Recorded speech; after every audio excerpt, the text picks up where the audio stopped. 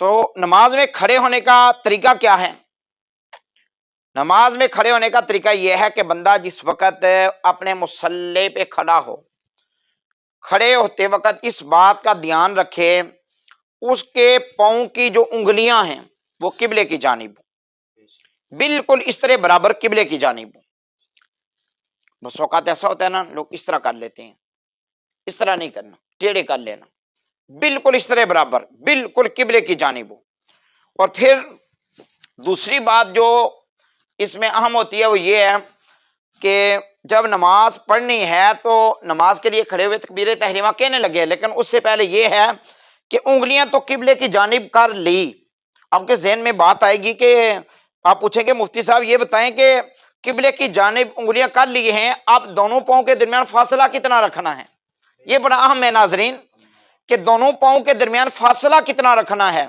تو اس کے لیے ہے کہ آپ 4 انگلیوں کے برابر،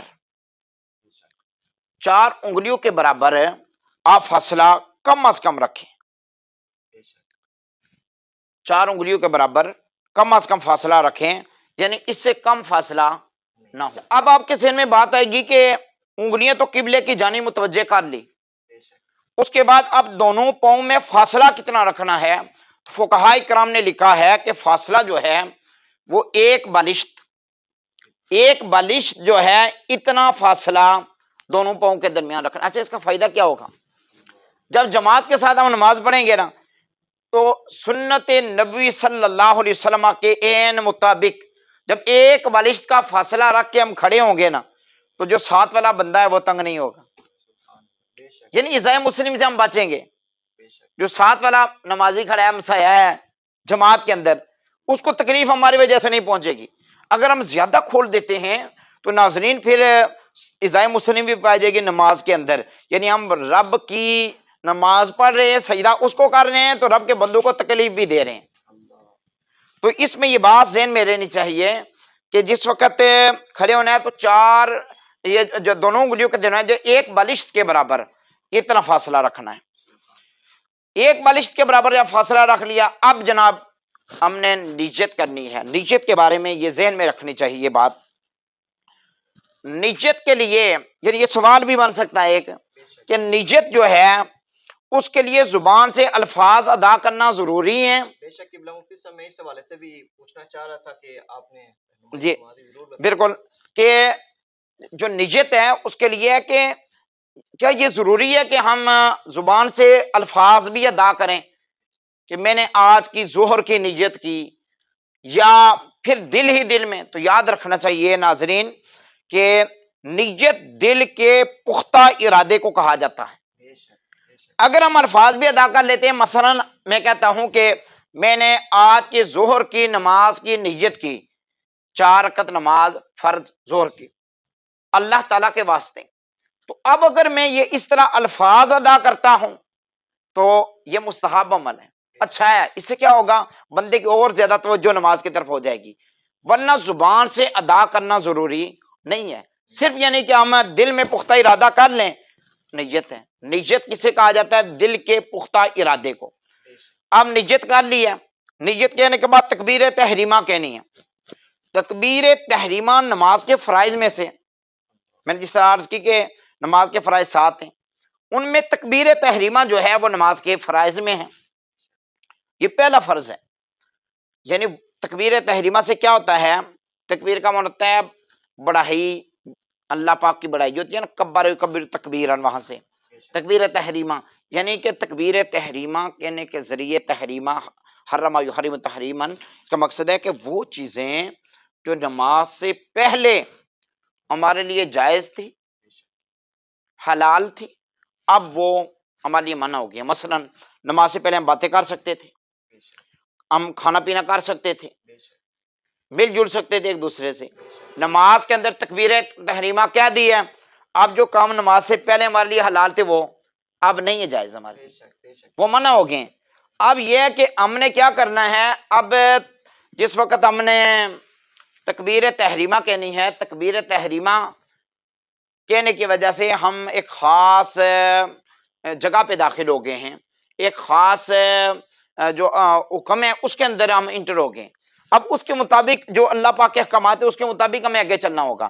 اچھا جناب، جس وقت یہ تکبیر تحریمہ کہنی ہے نا، اس کا طریقہ کار یہ ہے تکبیر تحریمہ کا کہ اللہ اکبر کہتے ہوئے جب ہاتھ کانوں کی لو تک لے کر جانے ہیں، ہتھیلیاں بالکل برابر ہوں، اس طرح بالکل برابر ہوں. اللہ اکبر کہتے ہوئے کانوں کی لو تک، یہ سائڈ جو ہوتی ہے نا، یہ اس کو کان کی لو کہا جاتا ہے.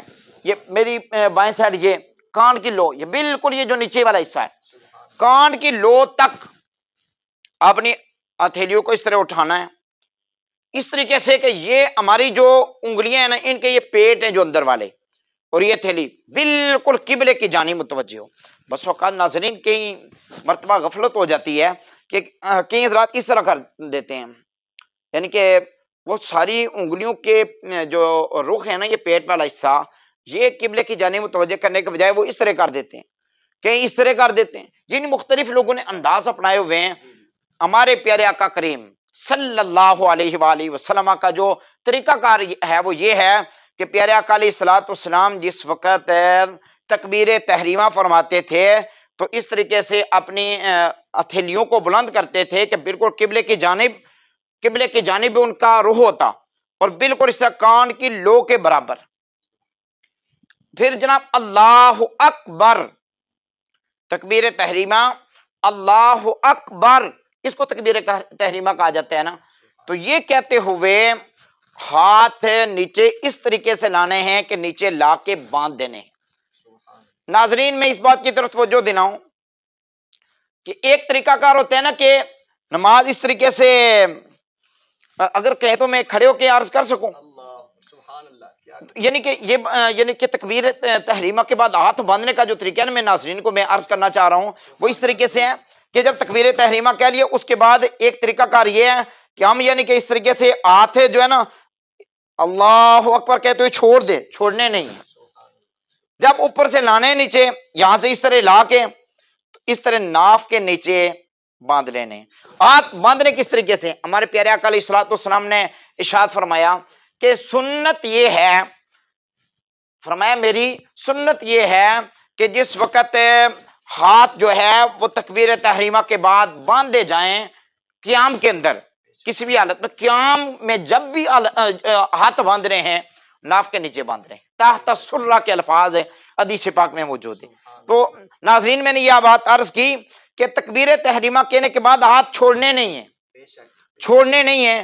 تکبیر تحریمہ کہنے کے بعد ہاتھ وہاں سے لا کے ناف کے نیچے باندھ لینے ہیں. اب باندھنے کس طریقے سے ہیں؟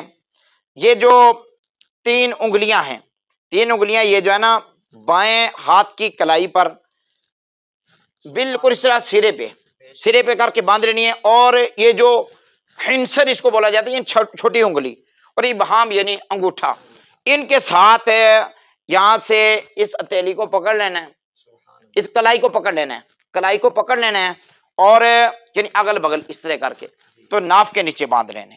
یہ سنت طریقہ کار ہے قیام میں کھڑے ہونے کا. قیام یعنی کھڑے ہونا، جو بندہ صاحب استطاعت ہونا، یعنی کہ صاحب استطاعت سے مراد یعنی اللہ پاک نے صحت تندرستی دی ہوئی ہے، وہ کھڑے ہو کے نماز پڑھ سکتا ہے.